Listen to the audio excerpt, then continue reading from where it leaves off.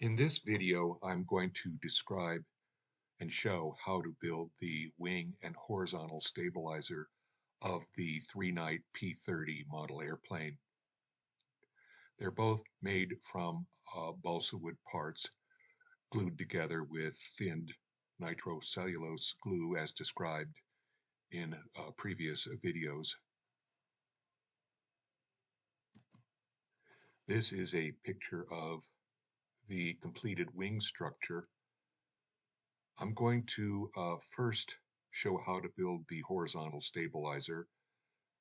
I think it's a little easier to build, and for those of you who are building your first model or who have not built very many models, it will be good training for building the wing. They're both very easy to build.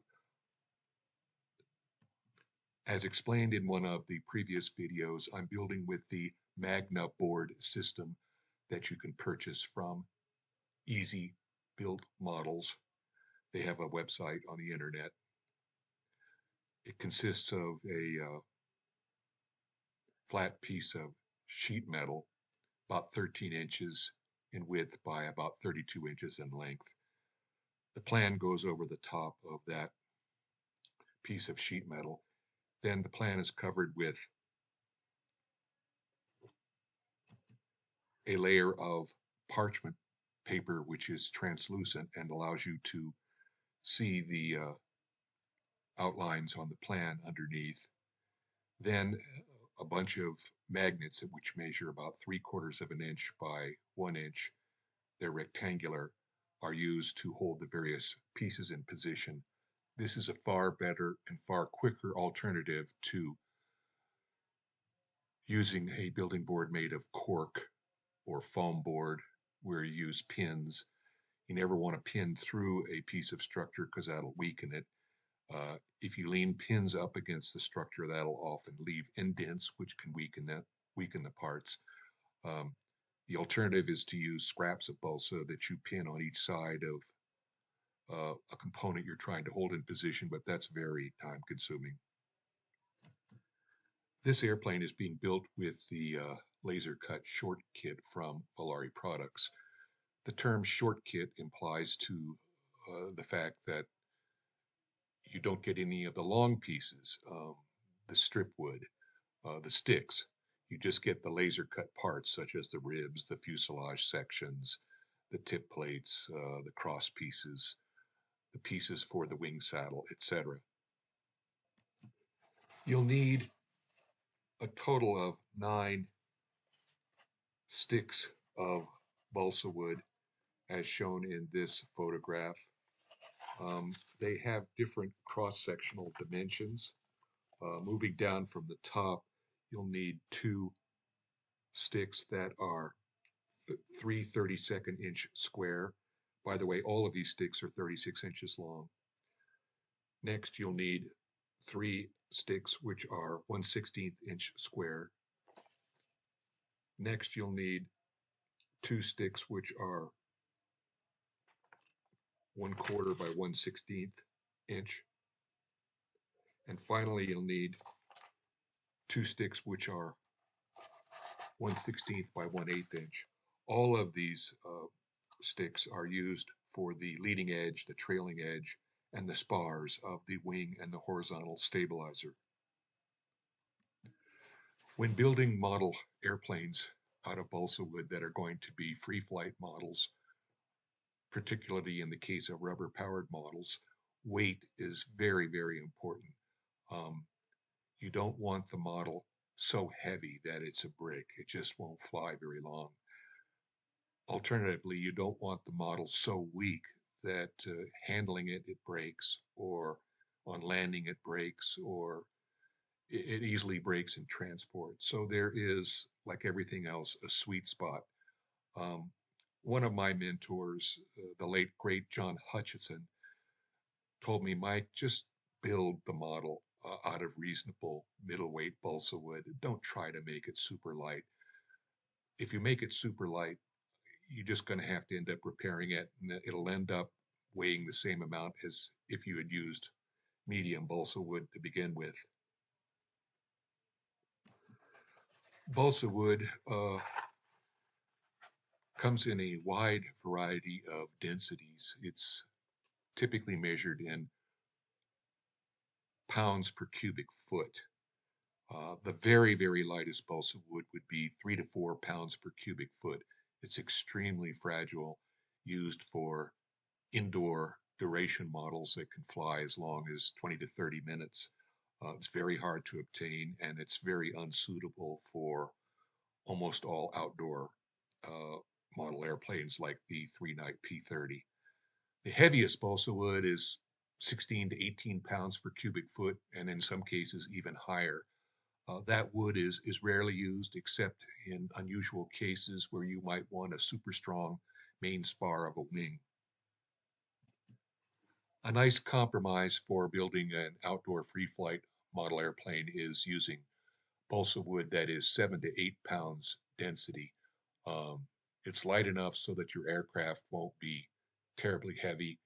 And in the case of a P-30 model, you have a reasonable chance of building near the minimum allowed weight of 40 grams. Um, it's also durable. It'll take pretty good loads. And so obviously you can purchase wood in different densities online and at a hobby store if you can still find one. You can take a digital scale to a hobby shop or a craft store and actually weigh the wood there and bring a chart with you to determine the density of the wood. Now, in the case of the laser cut short kit, the sheet wood parts were laser cut by George Bredehoff, and he's used medium density wood in the kits I've gotten, sometimes a little on the heavier side, but that's fine as long as your P-30 is, you know, not much over 45 grams, maybe as much as 50 grams. It'll still be a very good flyer. Um, so, in George's defense, it's very hard to get um, light balsa wood. It's very expensive, and sometimes it's a little bit harder, can be harder to cut with the laser. I'm not an expert on that, but there's a thing called the kerf, which has to do with the thickness of the actual groove that you're cutting through. And that, of course, the density of a wood would perhaps determine the power of the laser that you want to use. So here is a chart that was prepared by the late great John Barker. He was a legendary free flight builder and flyer in the United Kingdom and used to be a very active participant on the Hip Pocket Aeronautics website.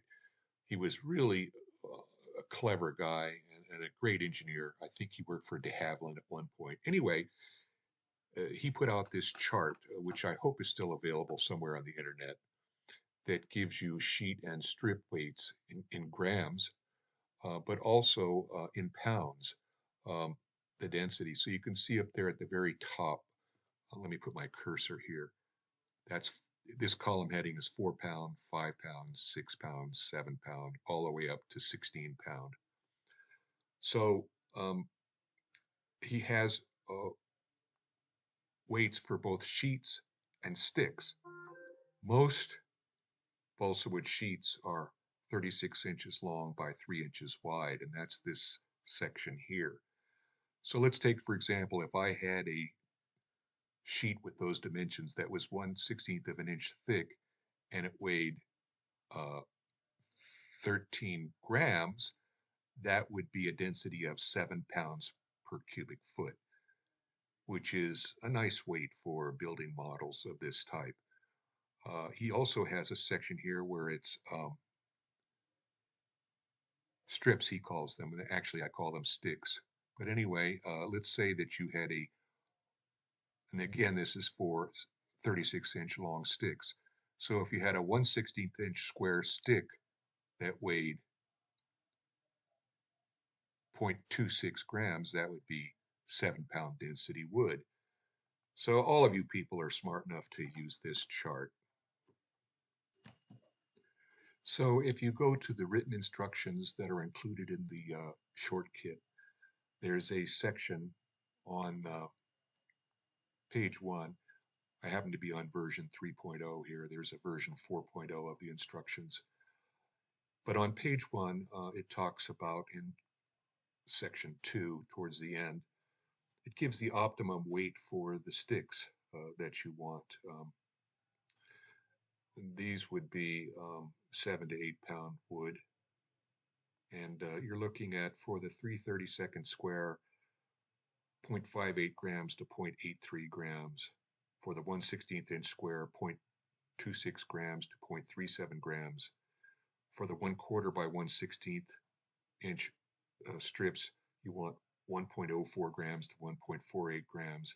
And for the 1/8 by 1/16 inch strips, you want 0.52 grams to 0.74 grams. I just checked the sheet and strip weight chart, and actually I provided you with a broader range. The weights I've quoted are for balsa wood that is in the density of 7 to 10 pounds. 10 pounds is a little on the heavy side, but if you're a beginner, that's just fine. If you're a more experienced flyer, uh, you might go to 7 to 8 pound wood. Uh, for the really experienced flyers who are building this model, they know all about um, uh, picking wood, selecting wood, which is optimum. Sometimes we use denser wood for certain parts where strength is needed, and lighter wood, particularly in the tail area where you don't need as much strength or durability. Those types of builders might use wood as low as 6 pounds in density. You can purchase this digital scale from Amazon. It's very inexpensive. I think it was $21. Um, I've used it for quite a while and had very good results. You can measure down to 1/100th of a gram, which is adequate for purposes of determining the density of wood that you're going to be building with. This is the box, of course. It's easy to operate. There's the display. And here is the tray for holding various parts, and you can zero it out after you put the tray on. This tray is particularly helpful for holding uh, a length of rubber that you're going to make into the rubber motor for the P-30. Of course, the rubber motor that comes with the short kit, if you get the extra parts pack, is probably already weighed out by George Bredehoff. But if you're going to make up your own rubber motors, you're going to have a length of rubber that's 10 feet or longer, and you're going to need to use this tray to hold it in place. So you can take this scale or a similar scale to your hobby shop or craft store and measure the sticks until you get sticks that are in the density that I described. If you can't find a hobby store with balsa wood sticks of the appropriate dimensions or of the appropriate density, you can cut your own um, strips using a stripper. Here is the master air screw stripper being used to cut strips off of a sheet of balsa wood that's probably 3 inches wide by 36 inches in length. That's the standard length. You may have appropriate sticks in your inventory already. A lot of modelers would, but others would have to strip them from sheet balsa wood as I'm showing here.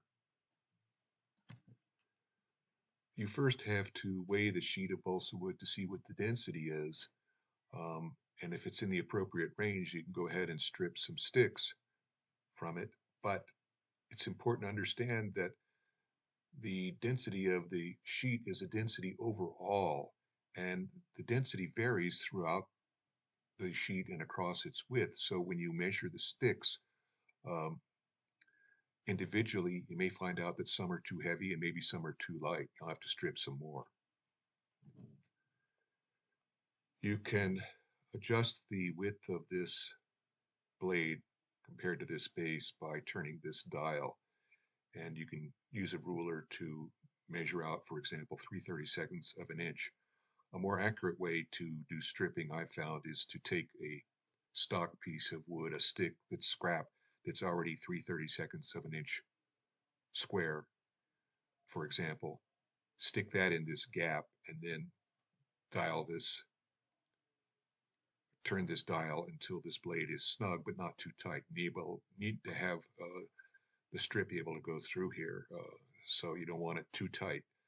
Um, if it's too tight, you can't pull this scrap wood out, and this may not be the appropriate dimension.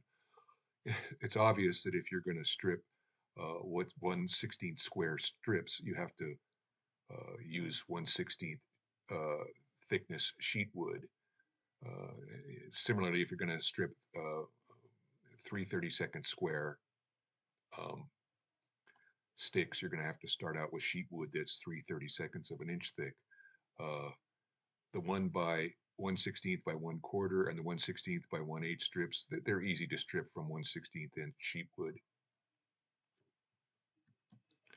Very serious modelers, particularly when they're building indoor models, also test for the stiffness of a stick. So they'll have a bunch of sticks with the same density, but they'll vary in stiffness. So they'll want they'll want the stiffest sticks that are selected from the group that's already the lightest. And so this is an example of a device for doing that. You don't have to do that when you're building the Three Nite P-30.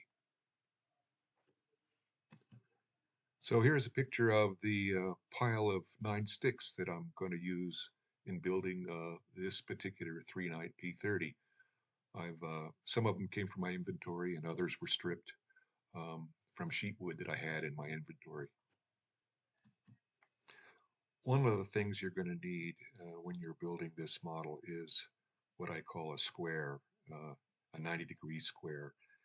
Uh, you may have a carpenter's square in your inventory of tools, but here's one I made just using the plastic drafting triangle to make sure it was perpendicular. Then I used 2 segments of paint stir stick glued together in the corner with another segment. Um, the reason for this square is that it's very important that the tip plates on the wing be exactly perpendicular to the leading edge of the wing and exactly parallel with each other. The same is true of the fins on the horizontal stabilizer. And this tool will help you ensure that you get those tip plates and fins glued exactly where they should be. And this is because, well, the tip plates are glued to the outer wing ribs and the fins are glued to the outer stab ribs. So you've got to make sure that those outer ribs are exactly perpendicular to the leading edge of the wing and perpendicular to the leading edge of the stab. So in this picture, I've already started to build the wing. This is just showing the left half of the wing. Um, it's best to lay down the lower 1/8 by 1/16 spar first over the plan, and I've used magnets to hold it in position. And of course, the 1/8 inch dimension extends vertically, and then the ribs are fit over. There's little grooves here or slots that the wing ribs slide over this lower main spar, and the 1/32 square leading edge fits into the fish mouth recesses in the forward ends of the ribs. The 1/8 by 1/4 inch trailing edge is butted up against the trailing edge of each of the ribs. I wanted to discuss the trailing edge of both the wing and the horizontal stabilizer. They're each made from segments of 1/16 by 1/4 inch balsa wood sticks, and it's nice if they are tapered, and so that their outline kind of uh, goes in with the profile, the upper curve profile of each of the ribs that they're attached to. This isn't absolutely necessary, but it is good streamlining. So the way to do this is just to put the stick on the edge of a board, right on the edge, put a metal ruler behind it that has a cork backing, and then with a sanding block at an angle, you just gently sand down the length like this, and you'll get a trailing edge that's tapered. This is not necessary again, but some experienced modelers might like to do this. That is, sand some slots into the forward edge of the trailing edge of the wing and the horizontal stabilizer. You can build a little slot sander. This is a piece that you can hold onto with your fingers. And this has a section of, oh, I think it was 80 grit sandpaper, could be a little higher grit, that was glued to the bottom and trimmed with an X-Acto. And it's offset so that when you sand, you can't sand in further than a 1/16 of an inch. You'll butt up against this. So what you can do is before you start building, you can take this trailing edge and go along and mark these little positions here with a Sharpie, and then sand fine slots into them. Uh, Whenever you build a wing, it seems like the trailing edge doesn't always meet up to the ends of the rear ends of the ribs, and so that can be accommodated by the slots, but it's more easily accommodated by gussets, and the laser cut gussets are included with the kit, lots of them, and so I'll show them later on. So anyway, this is all glued together with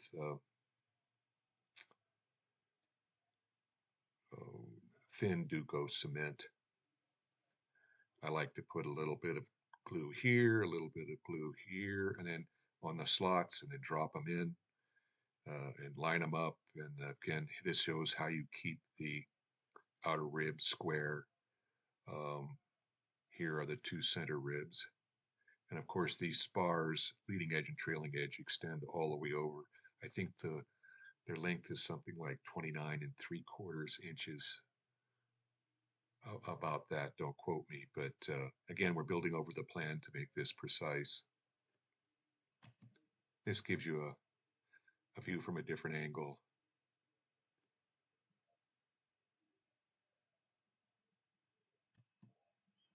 And the right end of the wing gets similar treatment using the square.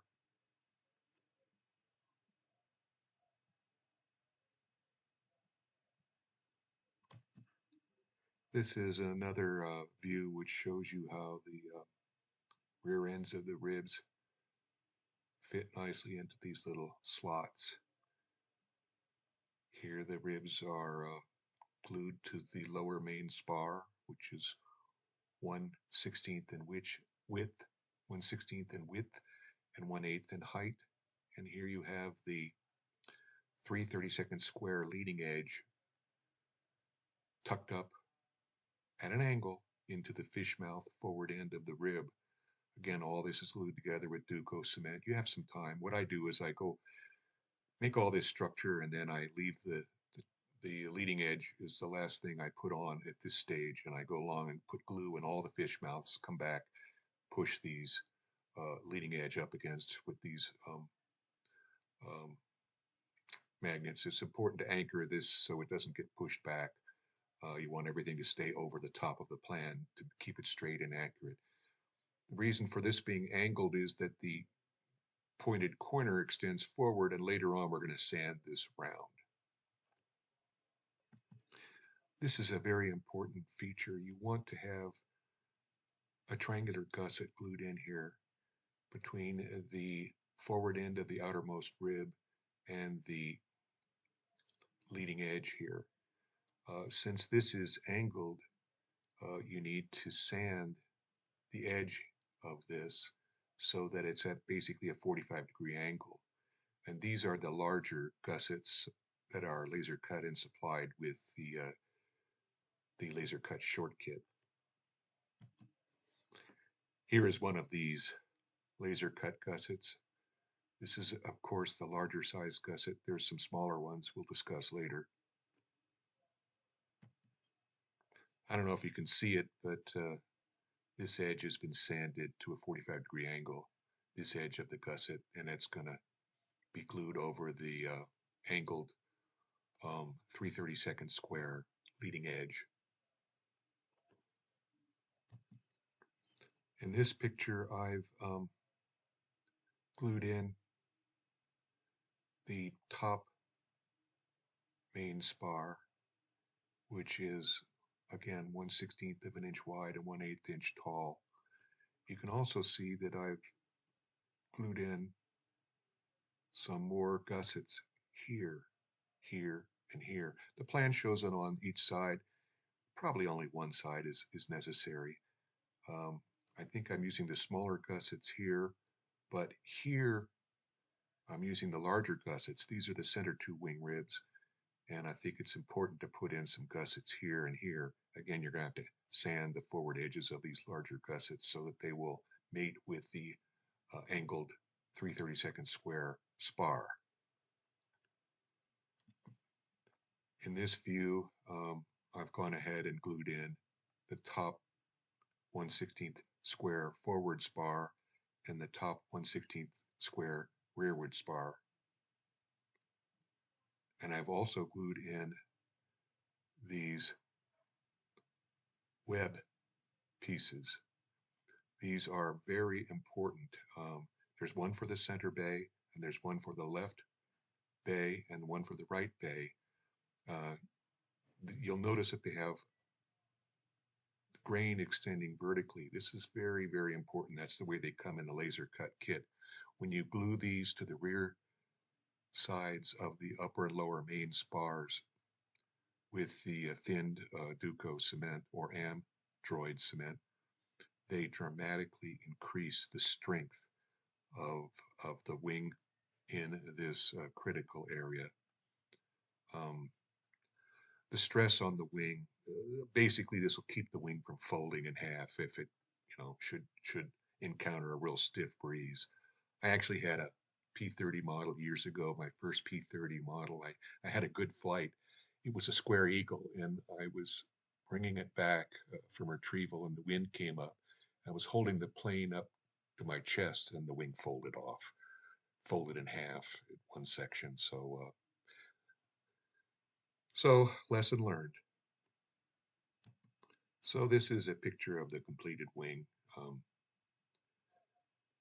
You can see the big gussets here at the rearward ends of the outermost ribs. Smaller gussets here, here, here. Well, these are larger gussets. Corner gusset here.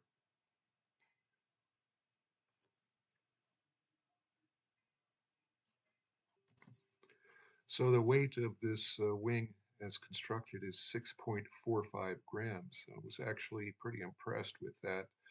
Of course, we still have to cover the wing and put some waterproof coating on it.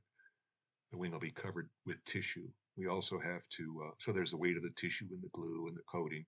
Also, we have to put on the tip plates. And I'm hoping this wing comes in, somewhere between 12 and 14 grams. That's always a good target range for a P-30 wing.